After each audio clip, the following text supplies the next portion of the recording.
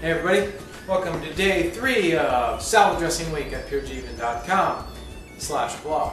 puregiven.com/blog. Our puregiven.com is just our regular website. Not just our regular website, it is our regular website. But this is our blog, and this is where we do things. This is where all the action is, so to speak. Today we are going to make some kind of crazy mystery dressing. I don't know exactly what it's going to be like. I think we're going to be breaking a few rules here today. I have no idea, once again, what this is going to taste like because, once again, I didn't prepare similar to how I didn't prepare yesterday. But I wanted to add that we had lunch guests, plural, today, and they ate the carrot ginger Japanese style dressing that I made yesterday. And I'm happy to report it received above an 8. As I said, it was an 8. It was a solid 8 on the Richter scale. They said it was well above that. You know, it was like, I don't know if they'd go so far as to say it was a 10, but it was definitely probably upward in the range of 9. So perhaps it aged well. Today we're going to make something a little crazy. I had some unusual ingredients in the fridge. Last weekend we were fortunate enough to have some special house guests. Matt Monarch and Angela Stokes stayed here for the one night during their tour of the country, where they go around lecturing on raw foods and so forth. And they make this drink where they soak goji berries pretty much overnight, or at least several hours anyway, and then they drink the juice from the goji berries, and they mix it in with some herbs that they sell on their website. I think it's called Merlin's Elixir. But anyway, I kept the goji berries. They didn't actually want the berries; they just wanted the juice from this particular mix. So I kept they had a whole pound of it. So I had this big bag in the fridge of this goji pulp, and I thought, this is still good stuff. If you ever eat goji berries, they're kind of like raisins, but a little less sweet and a little different tasting, I guess, if you ever had them. But what I did is I took a quarter cup of this goji pulp. This is actually still very nutritious, and I thought, let's use that as the basis for a salad dressing of some sort. So we're going to start with about a quarter cup of goji pulp. Now you can actually just use soaked goji berries. I would advise you at least soak them. Drain off the water until you have a quarter cup. That's what we're going to use to start. So that's ingredient number 1. Now, what goes good with goji? Sorry about that, camera battery died. Okay, so where was I? Mint, yes, we still had some mint left. This late in November, yes, there's still mint. So what I did is I picked about, what would you call this? If we pack this down, maybe a quarter cup of fresh mint. This is spearmint or peppermint. I'm not sure exactly which one it is. I think it's spearmint. So we're going to have about a quarter cup of spearmint. So what I'm going to do is just do the quick version. I already washed this. I'm just going to do the quick version of leafing this and just pull it off and throw it in there. Leave the stems. I'm not going to use the stems. You can probably eat the stems. I don't see why not.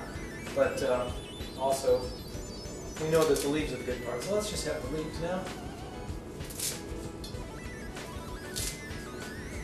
I'd say that's about a quarter cup. Not necessarily tightly packed, but a quarter cup. So then I got to thinking, okay, now we know we have a goji mint dressing. What else might we need?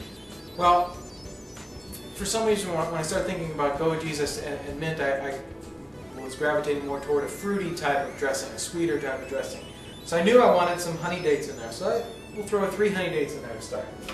Okay, I also thought, how about some strawberries? I don't have any fresh ones, but I have frozen strawberries, really only about 4. A small handful, which would fill about a third of a cup of frozen strawberries. I'm going to throw that in there. I'm going to need some juice, you know.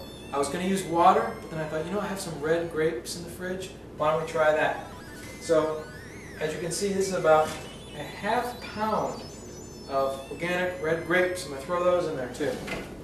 Now this is starting to get a little crazy. I understand this might not be a conventional dressing. A little lemon juice, always a good idea. So I'm just going to squeeze some lemon juice in there. Whether that's a teaspoon, I'm not 100% sure. Just kind of to taste, we'll say. Now there's 2 other crazy ingredients I have here that I know you're going to think I'm crazy, but I took about a tablespoon of cacao nibs and I ground it up in a coffee grinder, kind of on like an espresso type setting, And I want to throw those in too, just for some, you know, like that coffee-ish, that little bit of bitter, a little bit more of that.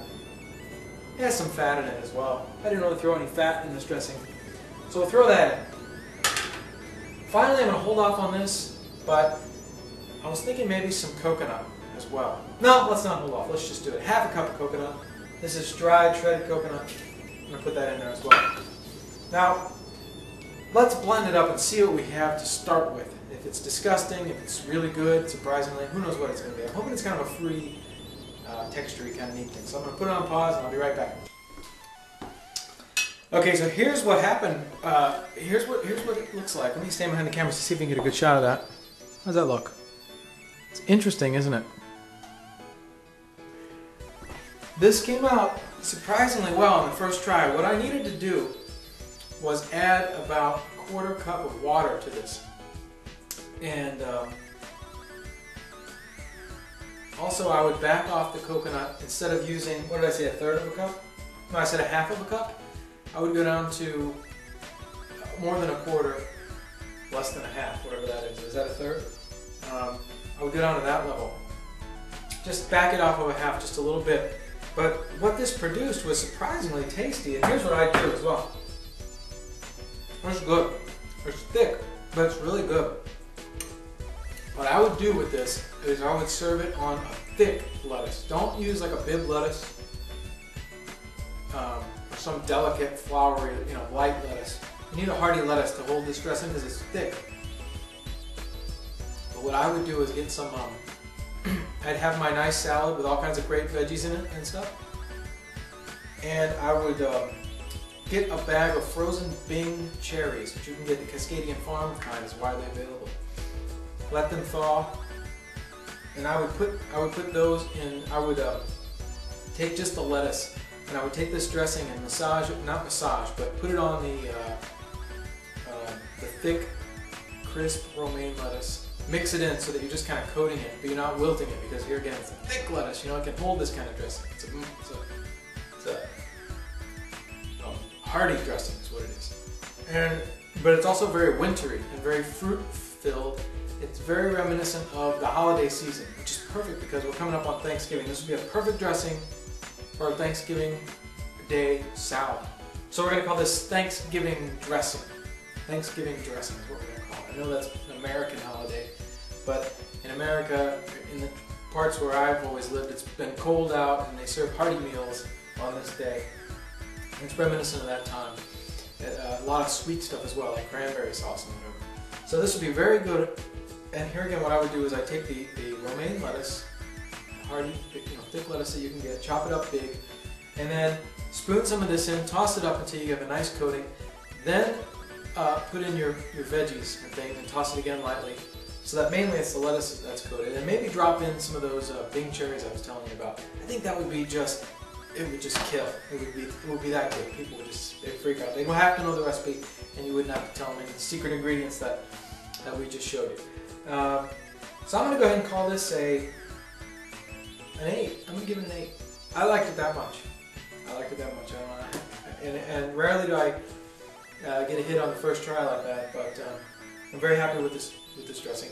So tomorrow I'm going to do something a little different. I'm going to still do a dressing, but I'm not going to improvise so much. I'm going to actually try to produce a dressing that we've made here at Gogi-Spearmint before, because let's face it,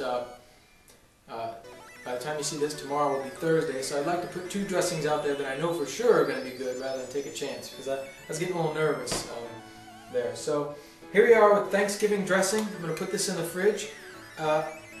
You might want to try adding a little more water even. I added about a quarter cup, but if you want it a little runnier so that you can use it on something that's not such a thick lettuce, then by all means try that as well. Maybe add a little more lemon then, and a little more, maybe another date. But that's it for today, so we'll see you guys tomorrow. This is Jim from Gogi-Spearmint. Take care, everybody. Bye.